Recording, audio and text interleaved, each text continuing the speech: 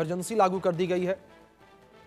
अमेरिकी हमले के बाद वेनेजुएला के राष्ट्रपति निकोलस मादुरो ने बयान जारी करके कहा था कि इसका जवाब देंगे। उन्होंने देश भर में इमरजेंसी लगाने का ऐलान भी किया था।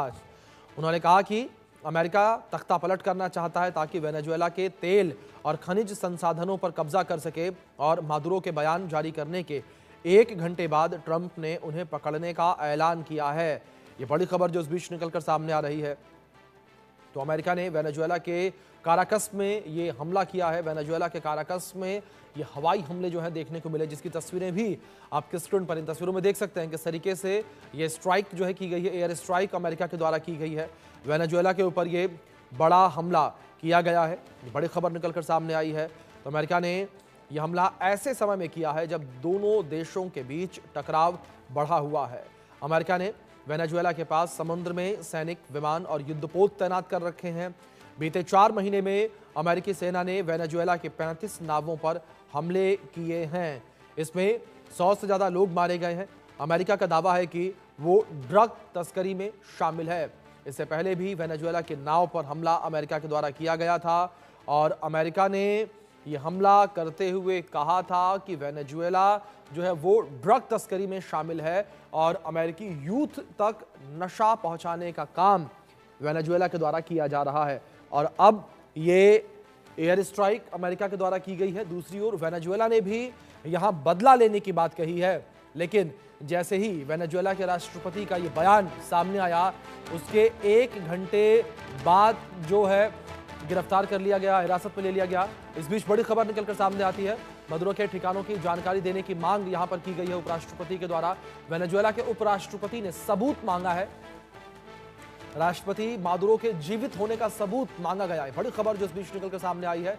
मादुरो के ठिकाने की जानकारी देने की मांग यहां पर उपराष्ट्रपति ने की है। वेनेजुएला के उपराष्ट्रपति ने सबूत मांगा है। बड़ी खबर, राष्ट्रपति मादुरो के जीवित होने के सबूत जो है वो मांगे गए हैं। ये बड़ी खबर जो फिलहाल निकलकर सामने आ रही है। तो इस बीच उपराष्ट्रपति ने यहां पर मादुरो के जीवित होने का सबूत मांगा है। वेनेजुएला की उपराष्ट्रपति डेल्सी रॉड्रिगेज ने जो है सरकारी टीवी चैनल पर बोलते हुए राष्ट्रपति निकोलस मादुरो के जीवित होने के प्रमाण और उनके ठिकानों की जानकारी देने की मांग की है। ये टिप्पणियां राष्ट्रपति ट्रंप के ये कहने के तुरंत बाद आई हैं कि मादुरो को पकड़ लिया गया और वेनेजुएला से बाहर ले जाया गया है। बड़ी खबर है ये। वेनेजुएला के राष्ट्रपति को पकड़े जाने का दावा जिस तरीके से ट्रंप ने किया, तो इस बीच वेनेजुएला के उपराष्ट्रपति का बयान ये सामने आया है। उन्होंने वेनेजुएला के राष्ट्रपति मादुरो के जीवित होने के सबूत मांगे हैं, उनके ठिकानों की जानकारी मांगी है। तो बड़ी खबर है। और वेनेजुएला में इस वक्त इमरजेंसी घोषित की गई है, और ये संघर्ष जो है वो अमेरिका वेनेजुएला के बीच देखने को मिल रहा है।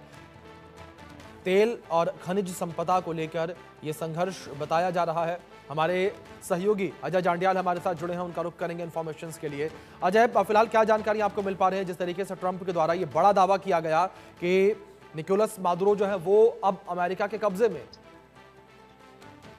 देखिए, बिल्कुल ट्रंप की तरफ से अपने एक्स पर, सोशल मीडिया पर जो है वो इस चीज को, जानकारी को साझा किया गया है कि वेनेजुएला के जो प्रेसिडेंट हैं, एग्जिस्टिंग प्रेसिडेंट, उनको जो है अमेरिका ने अपने कब्जे में ले लिया है और उनको देश से बाहर ले जाया गया है। ये साफ है कि ये जो एक ऑपरेशन था वो बड़ा सोच समझ कर किया गया ऑपरेशन था। जानकारी के मुताबिक वेनेजुएलन प्रेसिडेंट को सबसे पहले जब कैपिटल पर हमला किया गया तो उनके जो उनका जो पैलेस है, प्रेसिडेंट पैलेस है, वहां से अमेरिकन फोर्सेस ने सीधे तौर पर एंट्री की और अमेरिकन जो हेलीकॉप्टर वहां पर लगातार हॉवर कर रहे थे, उनमें से जो फोर्सेस के लोग ग्राउंड हुए हैं, उन्होंने वेनेजुएलन प्रेसिडेंट को वहां से लिया है और उसके बाद वो अपने साथ ले गए हैं। इसीलिए जो वेनेजुएला की वाइस प्रेसिडेंट है, उन्होंने एक जानकारी चाहिए है कि वो ये अमेरिका ये साझा करे कि उनके जो प्रेसिडेंट हैं उनकी जान सलामत है, वो जिंदा हैं।